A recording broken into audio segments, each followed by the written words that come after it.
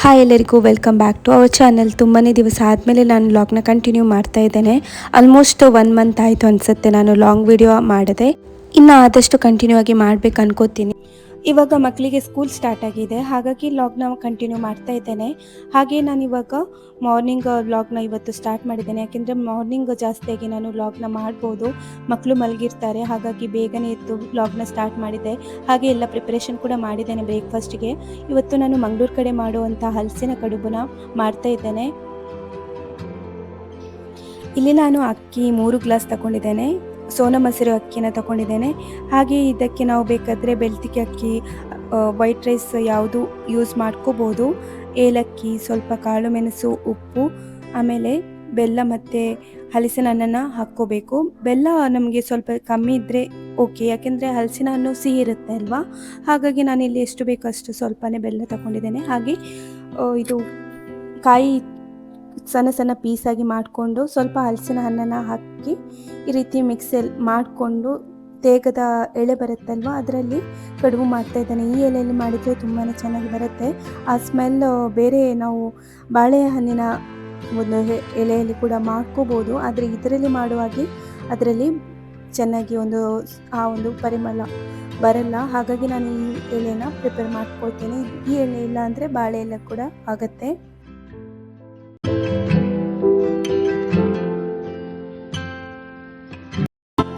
ಮುಕ್ಕಾಲು ಗಂಟೆ ಇದನ್ನು ಬೇಯಿಸಿದರೆ ಇದು ಬೇಯುತ್ತೆ. ಸಣ್ಣ ಸಣ್ಣ ಪೀಸಸ್ ಅಂದರೆ ಸಣ್ಣ ಸಣ್ಣ ರೀತಿ ಕಡುಬು ಮಾಡಿದ್ದೇನೆ, ಇದರಿಂದಾಗಿ ಬೇಗನೆ ಇದು ಬೇಯುತ್ತೆ. ಇಲ್ಲಾಂದರೆ ಮುಂಚೆ ಎಲ್ಲ ದೊಡ್ಡ ದೊಡ್ಡ ರೀತಿ ಕಡುಬುನ ಮಾಡಿ ಅದನ್ನು ನಾವು ಒಲೆಯಲ್ಲಿ ಬೇಯಿಸ್ತಾ ಇದ್ರು. ಬಟ್ ಇವಾಗ ಗ್ಯಾಸ್ ಯೂಸ್ ಮಾಡೋದರಿಂದ ನಾನು ಸಣ್ಣ ಸಣ್ಣದಾಗಿ ಕಡುಬುನ ಮಾಡ್ತಾ ಇದ್ದೇನೆ. ಇದು ಇವಾಗ ಆಯಿತು. ಮುಕ್ಕಾಲು ಗಂಟೆ ಆದಮೇಲೆ ಇದನ್ನು ತೆಗೆದು ನೋಡ್ತಾ ಇದ್ದೇನೆ ಇವಾಗ ಚೆನ್ನಾಗಿ ಬೆಂದಿದೆ ಅಂತ.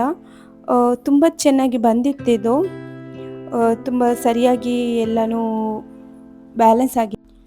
ಇಲ್ಲಿ ಮಂಗಳೂರಲ್ಲಿ ಇನ್ನೂ ಮಳೆ ಸ್ಟಾರ್ಟ್ ಆಗಿಲ್ಲ, ಹಾಗಾಗಿ ತುಂಬಾ ಬಿಸಿಲು ಇದೆ. ಹಾಗೆ ತುಂಬಾ ಸೆಕೆ ಅನಿಸ್ತಾ ಇದೆ. ಲಾಸ್ಟ್ ವೀಕಲ್ಲಿ ಸ್ವಲ್ಪ ಮಳೆ ಬಂದಿತ್ತು, ಬಟ್ ಇವಾಗ ಇಲ್ಲ. ನನ್ನ ದೊಡ್ಡ ಮಗಳು ಸ್ಕೂಲ್ಗೆ ಹೋದ್ಲು. ಮಾವ ಬಿಡ್ತಾರೆ, ಬಸ್ ಕಡೆ ಹೋಗಬೇಕು, ಹೈವೇ ಸೈಡಿಗೆ ಹೋಗಬೇಕು. ಹಾಗಾಗಿ ಮನೆಯಿಂದ ಸ್ವಲ್ಪ 1-2 ಮಿನಿಟ್ಸ್ ಇದೆ ಅಷ್ಟೇ, ವಾಕಿಂಗ್ ಡಿಸ್ಟೆನ್ಸಲ್ಲಿ ಬಸ್ ಬರುತ್ತೆ. ಸೊ ಇವಾಗ ನಾನು ಮನೆ ಕ್ಲೀನ್ ಮಾಡ್ತಾ ಇದ್ದೇನೆ. ನಂದು ಸೇಮ್ ರೂಟೀನ್ ಇರಲ್ಲ, ಜಾಸ್ತಿಯಾಗಿ ರೂಟೀನ್ ಚೇಂಜ್ ಆಗ್ತಾನೆ ಇರ್ತದೆ. ಮಕ್ಕಳು ಇರುವಾಗ ಸ್ವಲ್ಪ ಸೇಮ್ ಅದೇ ರೂಟೀನ ನಾವು ಫಾಲೋ ಮಾಡಲಿಕ್ಕೆ ಆಗಲ್ಲ. ಹಾಗಾಗಿ ನಾನು ಸೇಮ್ ರೂಟೀನ್ ಮಾಡಲ್ಲ, ನನಗೆ ಯಾವ ರೀತಿ ಆಗುತ್ತೆ ಅದೇ ರೀತಿ ಮಾಡ್ತಾ ಹೋಗೋದು. ಇವಾಗ ಪೂಜೆ ಮಾಡೋಣ ಅಂತ ಬಂದೆ, ಹಾಗಾಗಿ ಇವಾಗ ಸ್ವಲ್ಪ ಹೂವೆಲ್ಲ ತಂದೆ. ದಾಸವಾಳ ಹೂ ಇತ್ತಲ್ಲ, ಅದನ್ನೇ ಇಡೋದು ದೇವರಿಗೆ. ಆಮೇಲೆ ಸ್ವಲ್ಪ ಈ ಫ್ರೈಡೆ ಎಲ್ಲ ಬಂದರೆ ನಾವು ಹೊರಗಡೆಯಿಂದ ತರೋದು. ನಾನು ಮಂಗಳೂರು ಕಡೆ ಆಗಿರೋದ್ರಿಂದ ನಮಗೆ ಸ್ವಲ್ಪ ಕನ್ನಡ ಮಾತಾಡೋದು ಕಷ್ಟ ಆಗುತ್ತೆ. ಹಾಗಾಗಿ ಸ್ವಲ್ಪ ಅಡ್ಜಸ್ಟ್ ಮಾಡ್ಕೊಳ್ಳಿ, ಯಾಕಂದರೆ ನಮ್ಮ ಕನ್ನಡ ಅಷ್ಟೊಂದು ಒಳ್ಳೆಯದಿಲ್ಲ. ಇಲ್ಲಿ ಮಂಗಳೂರು ಕಡೆ ಮಾತಾಡೋ ಕನ್ನಡ ನಿಮಗೆ ಗೊತ್ತಿರುತ್ತೆ, ಯಾಕಂದರೆ ನಾವು ಮನೆಯಲ್ಲಿ ಮಾತಾಡೋ ಭಾಷೆ ಸ್ವಲ್ಪ ಚೇಂಜಸ್ ಇರೋದ್ರಿಂದ. ಕನ್ನಡ ಅಂದರೆ ನಾವು ತುಳು ಮಾತಾಡೋರು ಮನೆಯಲ್ಲಿ, ಹಾಗಾಗಿ ಕನ್ನಡ ಮಾತಾಡೋದು ಸ್ವಲ್ಪ ಚೇಂಜಸ್ ಅಂತ ನಿಮಗೆ ಅನಿಸ್ಬೋದು. ಹಾಗೆ ಇವಾಗ ದೇವರ ಪೂಜೆನ ಮಾಡ್ತಾ ಇದ್ದೇನೆ. ರೀಸೆಂಟಾಗಿ ನಾನು ತುಂಬ ದಿವಸನೇ ಆಗಿತ್ತು ನಾನು ಕನ್ನಡದಲ್ಲಿ ಮಾತಾಡೋದು. ಇವಾಗ ಲಾಗ್ ಎಲ್ಲ ಸ್ಟಾರ್ಟ್ ಮಾಡಿದೆಲ್ಲ, ಹಾಗಾಗಿ ಕನ್ನಡ ಮಾತಾಡೋಕ್ಕೆ ಟ್ರೈ ಮಾಡ್ತಾ ಇದ್ದೇನೆ. ಯಾಕಂದರೆ ನಾನು ಒಂದು 10th ಇರುವಾಗ ಅಥವಾ ಕಾಲೇಜಲ್ಲಿರುವಾಗ ಸ್ಕೂಲಲ್ಲಿರುವಾಗ ಜಸ್ಟ್ ಕನ್ನಡ ಮಾತಾಡ್ತಾ ಇದ್ವಿ.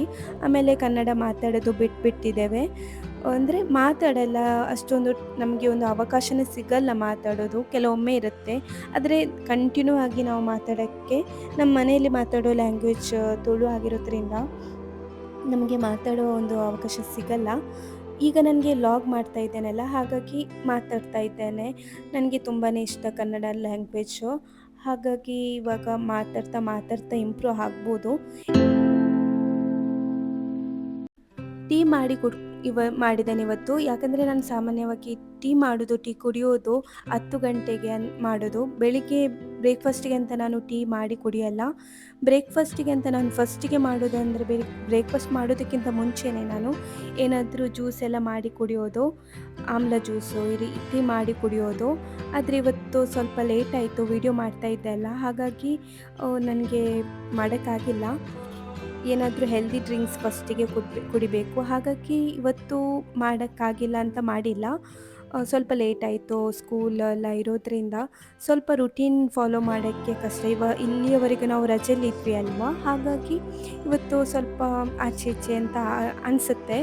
ಫಸ್ಟ್ ಡೇ ಸ್ಕೂಲ್ ಆಗಿರೋದ್ರಿಂದ ಸ್ವಲ್ಪ ಆಚೆ ಈಚೆ ಆಯಿತು ರುಟೀನು.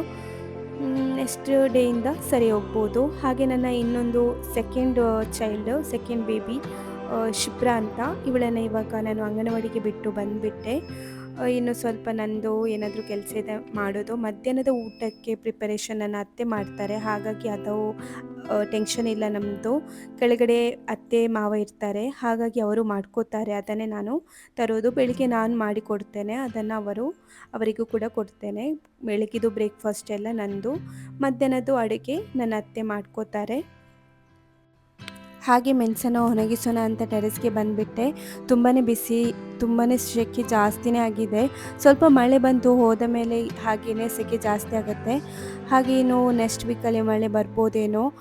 ಹಾಗಾಗಿ ಮೆಣಸು ಹಾಗೆ ಸಾಂಬಾರೆಲ್ಲ ಹುಡಿ ಪೌಡ್ರೆಲ್ಲ ಮಾಡ್ಕೊಂಡಿಟ್ರೆ ನಮಗೆ ಈಸಿ ಆಗುತ್ತೆ. ಮಳೆಗಾಲದಲ್ಲಿ ಎಲ್ಲ ಈಸಿಯಾಗಿ ನಾವು ಸಾಂಬಾರಾಗಲಿ ಹಾಗೆ ಮೆಣಸಿನ ಹುಡಿ ಹೊರಗಡೆಯಿಂದ ತರೋದಿಲ್ಲ, ಮನೆಯಲ್ಲೇ ಮಾಡೋದು. ಇಲ್ಲಿ ನಾನಿವಾಗ ಕಿಚನ್ ಕ್ಲೀನ್ ಮಾಡಬೇಕು, ಅಂದರೆ ಕಿಚನ್ ಸಿಂಕ್ ಕ್ಲೀನ್ ಮಾಡೋಕ್ಕೆ ಅಂತ ಬ್ಲೀಚಿಂಗ್ ಪೌಡರ್ ಮತ್ತು ವಿನೆಗರ್ನ ಯೂಸ್ ಮಾಡ್ಕೋತಾ ಇದ್ದೇನೆ. ಜಾಸ್ತಿಯಾಗಿ ನಾವು ಪರಿಸರನ ಹಾನಿ ಮಾಡದೇ ಇರಬೇಕಾದ್ರೆ ನ್ಯಾಚುರಲ್ ಕ್ಲೀನಿಂಗ್ ಏಜೆಂಟ್ನ ಯೂಸ್ ಮಾಡ್ಕೋಬೇಕು. ಹಾಗಾಗಿ ನಾನು ಈ ರೀತಿ ಬೇಕಿಂಗ್ ಪೌಡ್ರ್ ಆಗಲಿ, baking soda, baking powder use ಮಾಡ್ಕೋಬೋದು. ಹಾಗೀಗ ಬ್ಲೀಚಿಂಗ್ ಪೌಡ್ರ್ ಬರುತ್ತೆ, ಇದನ್ನು ಕೂಡ ನಾವು ಸ್ವಲ್ಪ ಸ್ಪ್ರಿಂಕಲ್ ಮಾಡಿದರೆ ಆಯಿತು.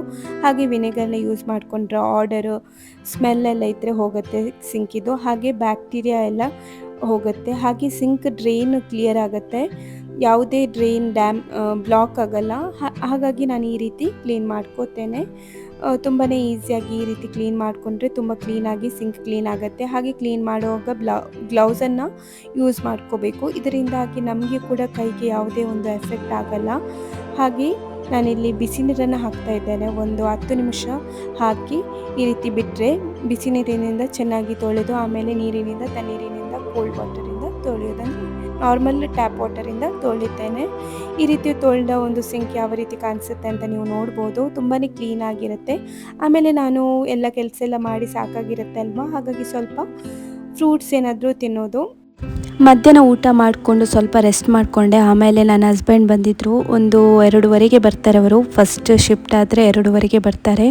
ಸೊ ಬರುವಾಗ ಈ ಥರ ತಂದು ನನ್ನ ಹತ್ರ ಕೊಟ್ಟರು. ಏನು ಅಂತ ಕೇಳಿದೆ, ಅದಕ್ಕೆ ಚಾಕ್ಲೇಟ್ಸ್ ತಂದೆ. ಯಾಕಪ್ಪ ಚಾಕ್ಲೇಟ್ಸ್ ತಂದರು ಅಂತ ಅನಿಸ್ತು, ಯಾಕಂದರೆ ನನ್ನ ಹಸ್ಬೆಂಡ್ ಚಾಕ್ಲೇಟ್ಸ್ ಎಲ್ಲ ತರಲ್ಲ ಯೂಶ್ವಲಿ, ಯಾವಾಗಲೂ ಕಮ್ಮಿನೇ. ನಾನು ನೋಡಿಲ್ಲ ಅವರು ಸರ್ಪ್ರೈಸ್ ಆಗಲಿ ಚಾಕ್ಲೇಟ್ಸ್ ತರೋದು, ಇದೆಲ್ಲ ಅವರಿಗೆ ಅಷ್ಟೊಂದು ಗೊತ್ತಿಲ್ಲ.